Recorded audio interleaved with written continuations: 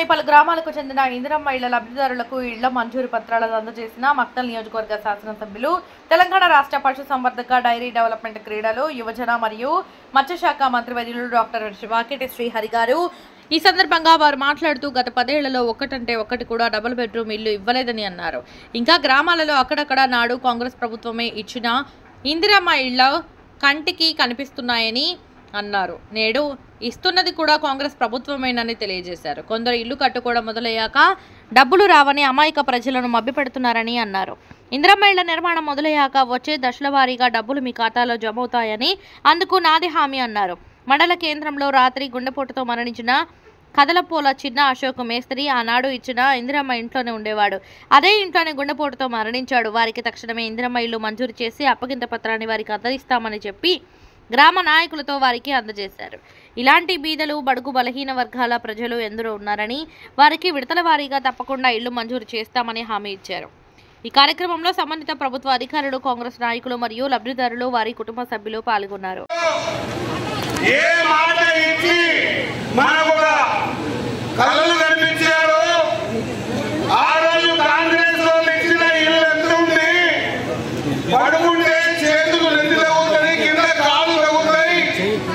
మేమిచ్చే ఇల్లు చూడండి, double bedroom ఇల్లు ఇస్తా, కొడుకు కోడలు అల్లుడు బిడ్డ ఇంటికి వస్తే వాళ్ళకు ఒక రూమ్ ఇస్తా, మధ్యలో పెద్ద హాల్ ఇస్తా, వంట రూమ్ ఇస్తా అని మనకు ఆకాశంలో ఇల్లు చూపించి 10 సంవత్సరాలు ఓట్లు వేయించుకొని ఈ ఉట్కూరు మండలంలో ఒకరంటే ఒక పేదోనికి కూడా ఇల్లు ఇయ్యని సందర్భం గత బీఆర్ఎస్ పార్టీలో మనం చూసాం.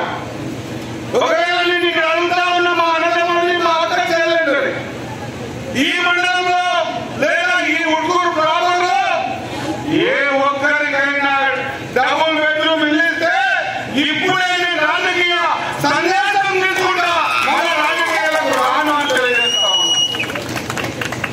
పేదోని ఆశ, పేదోని డబుల్ బెడ్రూమ్ ఇల్లు వస్తుందంటే కలగంటాడు. అబ్బో నాకు ఇల్లు వస్తుంది, నాకు ఇల్లు ఇస్తానని మాట చెప్పిండ్రు, మరి నాతో పాటు ఉండకపోతే నాకు ఇల్లు పోతాయేమో అని భయం. ఆ భయానికి వాళ్ళతో జరగండి, వాళ్ళని కొనియాడి ఎంచుకొని ఏరుకొని గెలిపించి 10 సంవత్సరాలు మోస్తే కూడా అదంటే 10 మందికి నియోజకవర్గంలో కూడా ఒక్క పేదోనికి ఉట్కూరు మండలంలో కూడా ఇల్లు లేని దౌర్భాగ్య పరిస్థితి గత 10 సంవత్సరాలు బీఆర్ఎస్ పార్టీలో చూసాం. ఒకవేళ నిజంగా ఇచ్చి ఉంటే మీరేమో చేయకపోవాల్సిందిగా మీతో కోరుతా ఉన్నా. ఏ ఒక్కరికైనా 10 ఏళ్ళు బీఆర్ఎస్ ఇల్లు వస్తే మీరు చేయలేతే మీరు ఇక్కడ నుంచి రాజకీయ సన్యాసాలు తీసుకుంటా. ఎందుకు చెప్తున్నా ఈ మాట అంటే, పేదోని ఆశ. మనం మన ఇంట్లో ఎవరికైనా దవాఖానలో బాగైతే ఎంత ముందు ఆలోచన చేయం, ఏం చేస్తాం, వారిని బతికించుకోవాలనుకుంటాం, దవాఖాన తీసుకుపోతాం. ఎవరో పక్కన ఉన్నోళ్ళు చెప్తారు ఈ దవాఖాన కాదు, ఆ దవాఖాన బాగుంటుంది. అప్పుడు మనకు దీనికి డబ్బు కడతామా కట్టలేమా, పైసలు ఉన్నాయా లేవా చూస్తాం. మన ఆలోచన అంతా ఏముంటుంది, మన ఇంట్లో ఆపదొచ్చుకొని బతికించుకోవాలి. దానికోసం ఇల్లు అమ్ముతాం, భూమి అమ్ముతాం, తాగుబడి కూడా అవుతాం. ఎందుకంటే సందర్భం అటువంటిది.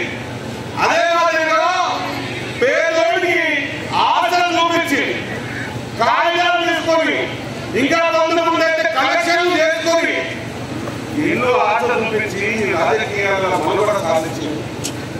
కానీ ఆ రోజైనా ఈ రోజైనా పేదలు, బీదలు, బడుగు బలహీన వర్గాలు, ఎస్సీ ఎస్టీలు, మైనారిటీ సోదరులు, బీసీలు, అగ్రవర్ణాల్లో ఉన్నటువంటి పేదల ఆకలి, కడపాకలి, రోటీ కపడా మకాన్ని పేదోనికి కూడించేటువంటి ఆలోచన ఆ రోజు కాంగ్రెస్, ఈ రోజు కూడా కాంగ్రెస్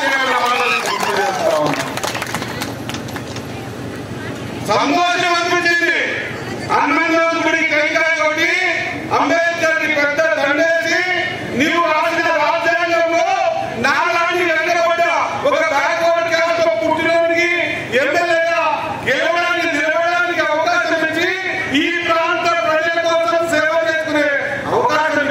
అని చెప్పేసి అంబేద్కర్ కి దండేసి నడుచుకుంటూ వస్తుంటే 300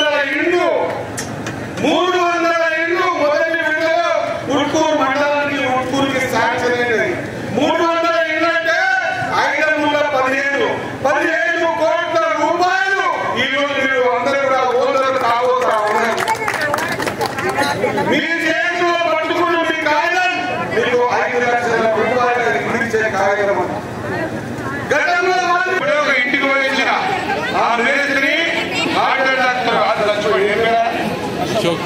అశోక్ కట్టలపూల అశోక్